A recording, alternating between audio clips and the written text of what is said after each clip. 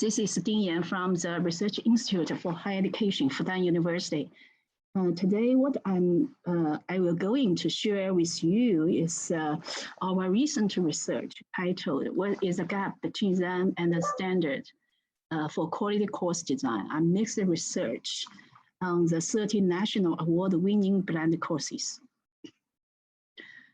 And this presentation includes 3 parts. So you can just see on the slides: research design, major findings, conclusion, and discussions.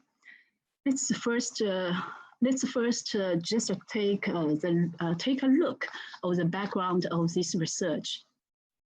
So as we know, in recent years, many Chinese higher education institutions just have already reached the consensus that just to construct the online courses and promote the blended learning in the reform. And also because they think the blended learning can more effectively define the student-centered teaching, and also has a potential to become the new normal of the higher education. But in fact, implementation of blended teaching is not always success.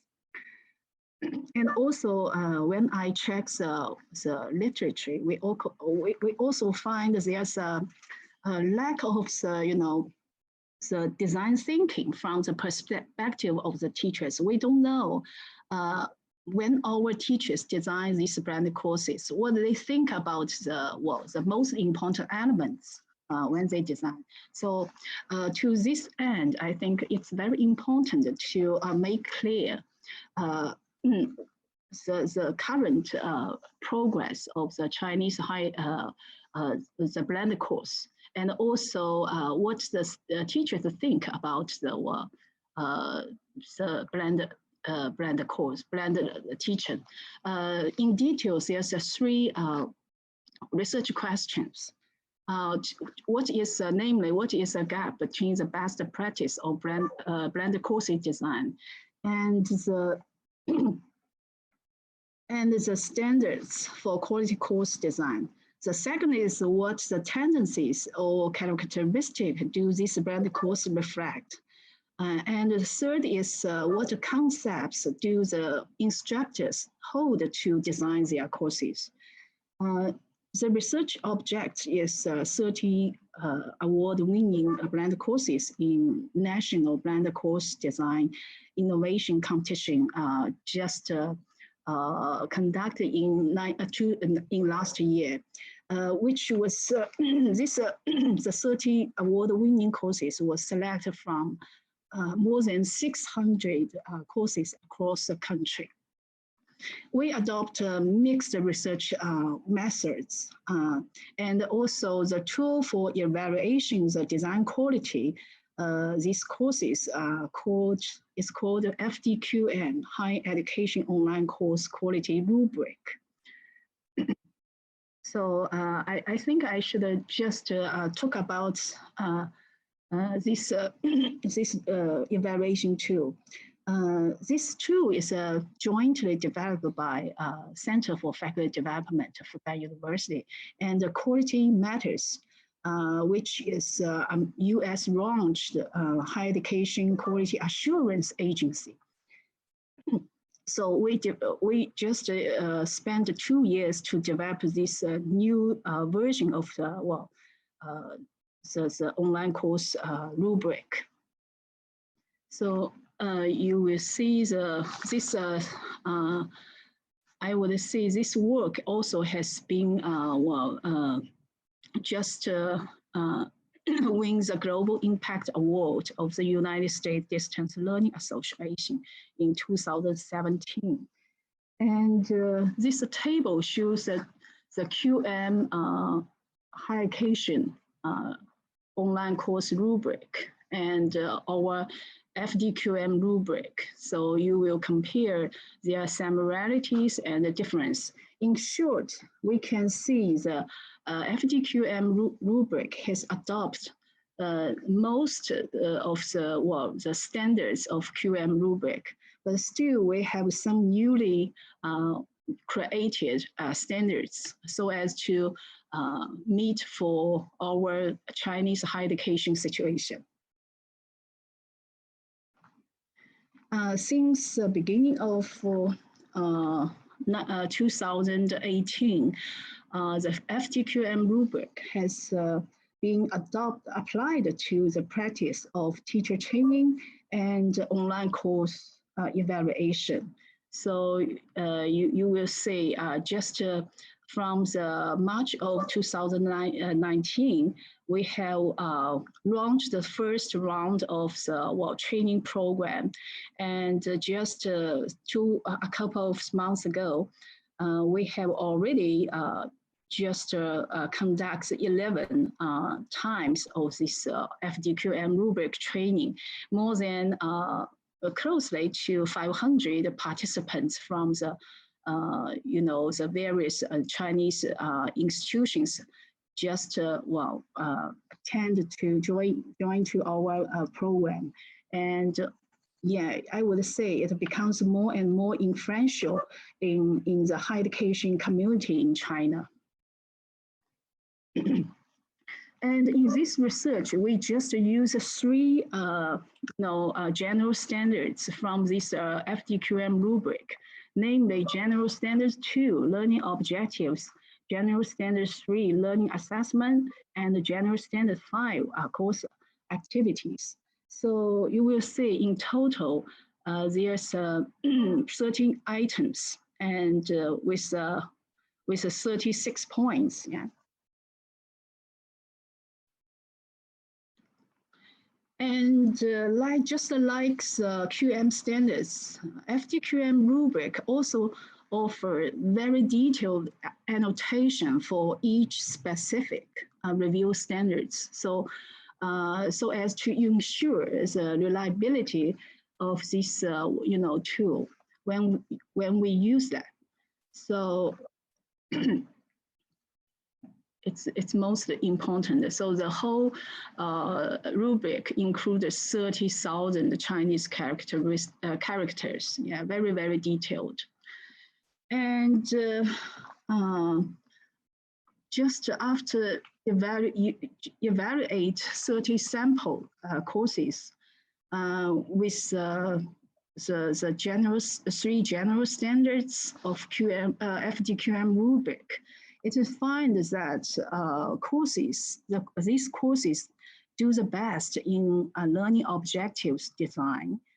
We found 23 courses out of 30 meet the general standard 2, but the course activity design is the weakest, with only 4 courses meeting the general standard 5. Specifically, so we can see that the sample courses performed poorly on specific review standards of 3.3, 5.3, and 5.4, but performed well on 3.5 and 5.2, because almost all courses passed in these two standards. By further analyzing the above results, we just can create a two-dimensional diagram of opportunities and regulations. So you can see the horizontal axis. It represents the trend of expansion of learning opportunities in blended course design. And the vertical axis represents the trend that emphasizes teaching and learning regulations in design. It can be found that most all award-winning courses are designed to expand the students' learning opportunities, which include to provide the students with more frequent and more diverse interactions, assessments, etc. However, they are relatively weak in formulating teaching and learning regulations, such as offering teachers feedback planning and evaluation standards for students' learning engagement, performance, etc.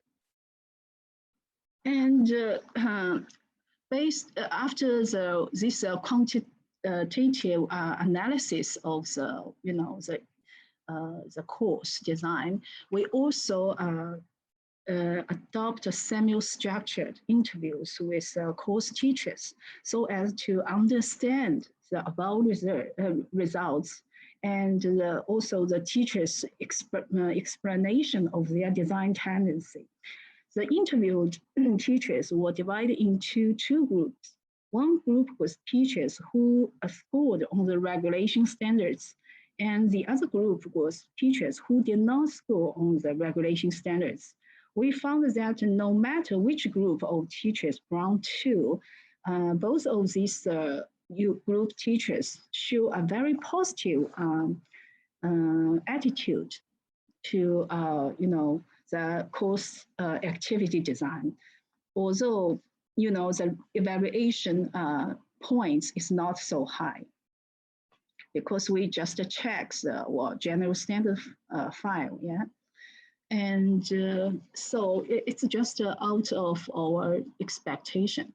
And also we find that through the interview, we know that the teachers just generally believe that it is very important to expand the students' learning opportunities through blended teaching. However, with the advancement of blended teaching, there are also some different voices because some teachers showed their worries and doubts about the students' overburden in the blended teaching mode. So you will see this different groups teachers their words to the the opportunities. And in addition, the teachers have they have very different opinion on whether to provide the students with a clear regulation on teaching and learning. Some teachers, very interesting, yeah. Some teachers think that the regulation should be vaguer, just as B3 teachers said. Because if you offer them a very clear assessment plan, that maybe just makes students to just push them to learn for tests. So maybe it's better to give them a vaguer regulation. So maybe the students will feel a kind of tension, they will learn better. So also, yeah, it's very interesting to find that there's a very opposite idea about the regulation. And through the interview, we also saw the teachers have very different ideas in understanding their roles in blended teaching. The dominant voice is that the online learning should be the issues of the students. So the teacher's intervention is unnecessary because the platform is is very common, and a lot of students have already experience of the blended teaching. So the students can just learn by themselves, no problem. But also there's one teacher in the interviewed. He mentioned that the teacher should place not just like the screenwriter. Yeah, you should design a very good, very high quality course, online course, but you also should guide and support the students to learn like a director, film director. And also very important for him is just to play as a actor to join in the students' learning process. So the A1 teachers just give us a totally different idea on the online part, online teaching in the blended course. Okay, so So I think I can just summarize a few conclusions and so as to offer you to discuss. The overall finding is that when evaluate against FDQ and rubric, we find the award-winning courses are relatively weak in the design of learning activity as well as assessment. Despite the fact that almost all instructors support and strive to expand learning opportunities for students through more diverse learning activities and more frequent assessment, not enough attention was paid to providing very clear policy, very clear regulation, and detailed standards for teaching and learning activities. So it reflects the lack in fully understanding their own role and the teaching presence in grand teaching mode, I think. So fundamentally, this is a result of the conflicts and entanglement between the two different teaching concepts of student-centeredness and teacher-centeredness in the course design. As the Dr. Lee mentioned, in China's situation, there are two views about student-centeredness: outcome-oriented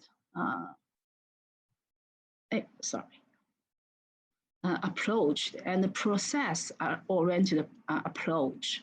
So in China, the Chinese teachers seems more emphasize their leading role in the teaching. And although they also notice the students' interests and motivation, so they try to attract the students in their teaching, yeah. But still, they just fear of the students' failure in the process. So they try to avoid the failure of students. They just want to make the outcomes, better outcomes. So this is maybe a little difference of the student-centeredness, in China. And so I think it reminds us that in the context of the ongoing transformation of teaching paradigm from the teacher-centeredness to the student-centeredness in higher education field, it becomes increasingly important for all educators to reflect on some fundamental issues, such as teaching and learning, relationship, the rights of instructors and the students, learning responsibilities, and so on. So this is all my presentation, and thank you for your attention.